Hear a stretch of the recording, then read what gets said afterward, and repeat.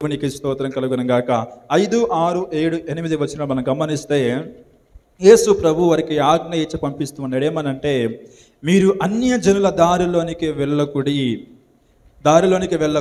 సమరయుల ఏ పట్టణంలోనైనా ప్రవేశింపకుడి, కానీ ఇశ్రాయేలు వంశంలో నశించిన గొర్రెల యొద్దకు వెళ్ళుడి. ఈ వాక్యాన్ని కొంతమంది మతోన్మాదులు ఏమని మాట్లాడతారంటే, ఆయన అందరికీ ప్రభువే గాని అయ్యుంటే, ఆయన సర్వమానవాళి కొరకు రక్తము చిందించిన దేవుడే గాని అయ్యుంటే, మరి ఆయన ఈ మాట ఎందుకు చెప్తున్నట్లు? ఏమని?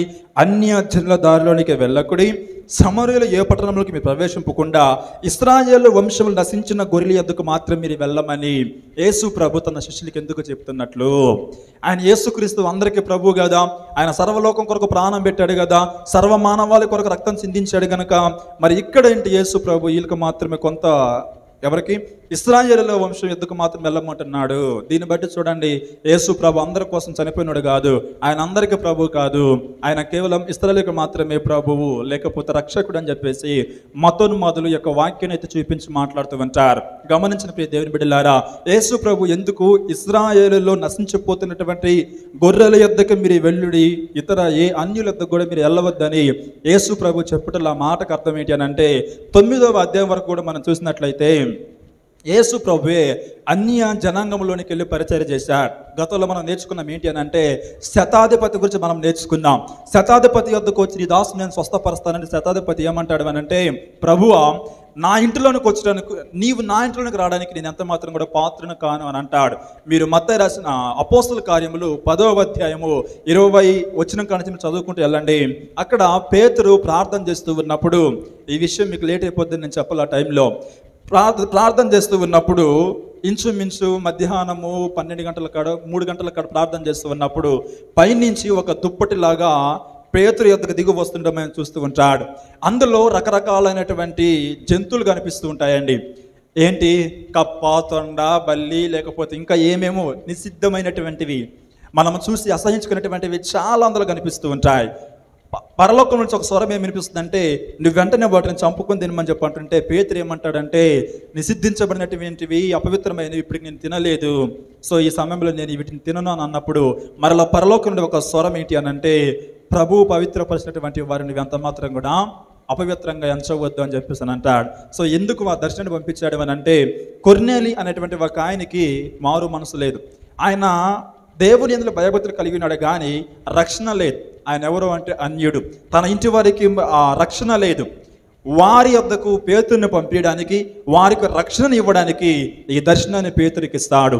ఈ దర్శనం అర్థం కాని స్థితిలో కొర్నేలు నుంచి మనసులు వచ్చినప్పుడు, మా అయ్యగారు మీ కొరకు ఎదురు చూస్తూ ఉన్నారు, ఆయన మీరు చెప్పేటువంటి మాటలు వినాలనుకుంటున్నప్పుడు మరలా పేతురుతో దేవుడు ఏమని మాట్లాడతారంటే, ఆ కొర్నేలుకి రక్షణ కావాలి, నువ్వు ఇంటికి వెళ్ళేసి బాప్తిస్మం ఇవ్వని అంటాడు. సో ఎందుకు ఎగ్జాంపుల్ చెప్తున్నాను అని అంటే, అతడు కూడా ఒక అన్యుడే, యూదుడు కాదు.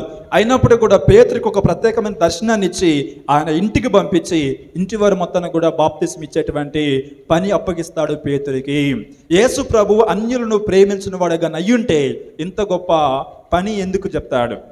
ఓ ప్రత్యేకమైన దర్శనాన్ని పేతురికి ఇచ్చి కొర్నేలు ఇంటికి వెళ్ళమని ఎందుకు చెప్తూ ఉంటాడు? సో 9వ అధ్యాయంలో కూడా మనం గమనిస్తే, శతాధిపతి కూడా యూదుడు కాదు, అన్యుడు.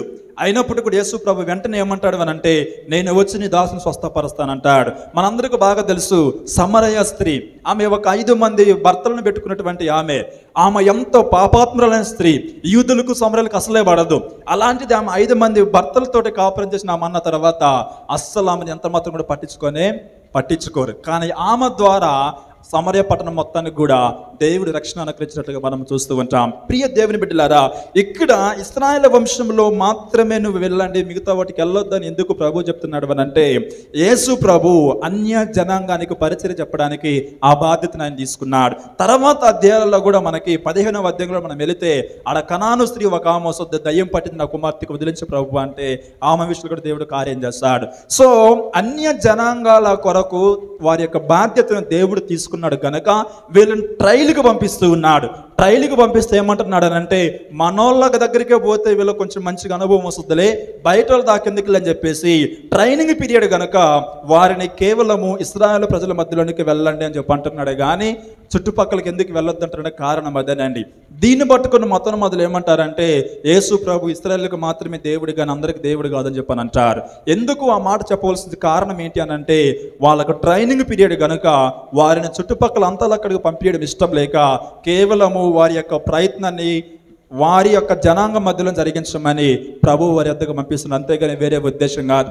అలాగే అన్నట్లయితే మరి సంఘం అంతా చెదిరిపోయిన తర్వాత ప్రపంచ దేశాలలో అనేక మంది దగ్గరికి వెళ్ళే శిష్యులు అనేక ఖండాలలోనికి వెళ్ళి సువార్త ప్రకటిస్తూ ఉంటారు. సో ప్రియ దేవుని బిడ్డలారా, ఈ యొక్క వాక్యాన్ని ఎవరైనా ఒకరి మీతో అన్నా, ఎవరైనా మిమ్మల్ని ప్రశ్నించినప్పటికీ కూడా ఆయన ఇశ్రాయేలుకు మాత్రమే దేవుడు, మనకు దేవుడు కాదు. ఆయనే చెప్పాడు కదా, నశించిపోతున్న ఇశ్రాయేలు వద్దకు వెళ్ళమని చెప్పాడు కదా, మరి మీరు ఎందుకు అందరికీ దేవుడు అని చెప్తున్నారు అని అంటే, ఈ విషయాన్ని వారికి తెలియచేయండి. ఏంటి అని అంటే, ఆయన అన్యుల గురించి ఆయన పరిచయం చేస్తూ ఉన్నాడు ఆ టైంలో. సో ఇశ్రాయేలు ప్రజల కొరకు యూదులను పంపించడం గల కారణం ఏంటి అని అంటే, వాళ్ళు ట్రైనింగ్ పీరియడ్లో ఉన్నాడు కనుక వారికి వారి యొక్క జనాంగం మధ్యలో పరిచయకు పంపిస్తూ ఉన్నాడు. ఆ ఉద్దేశంతో ప్రభు అలా చెప్పాడే కానీ వేరే ఉద్దేశంతో కాదన్న సంగతిని వారికి మీరు తెలియజేయండి. తర్వాత 8వ వచనము, రోగులను స్వస్థపరచుడి, చనిపోయిన వారిని లేపుడి, కుష్ఠరోగులు శుద్ధులుగా చేయుడి, దయ్యములను వెళ్ళగొట్టి ఉచితముగా పొందితిరి కనుక ఉచితముగా ఇయుడి. దేవునికి స్తోత్రం కలుగును గాక. యేసు ప్రభు చెప్పేటువంటి మాట ఇక్కడ, ఉచితముగా పొందితిరి, ఉచితముగా ఇయుడి. సో మనకి అంటారు కదా, ఇది ఎంతవరకు నిజమే మనకు తెలియదు కానీ 108 ఏది 108 అంబులెన్స్ ఉంది కదా, ఈ 108 అనేటువంటిది ఈ 10వ అధ్యాయము 8వ వచనం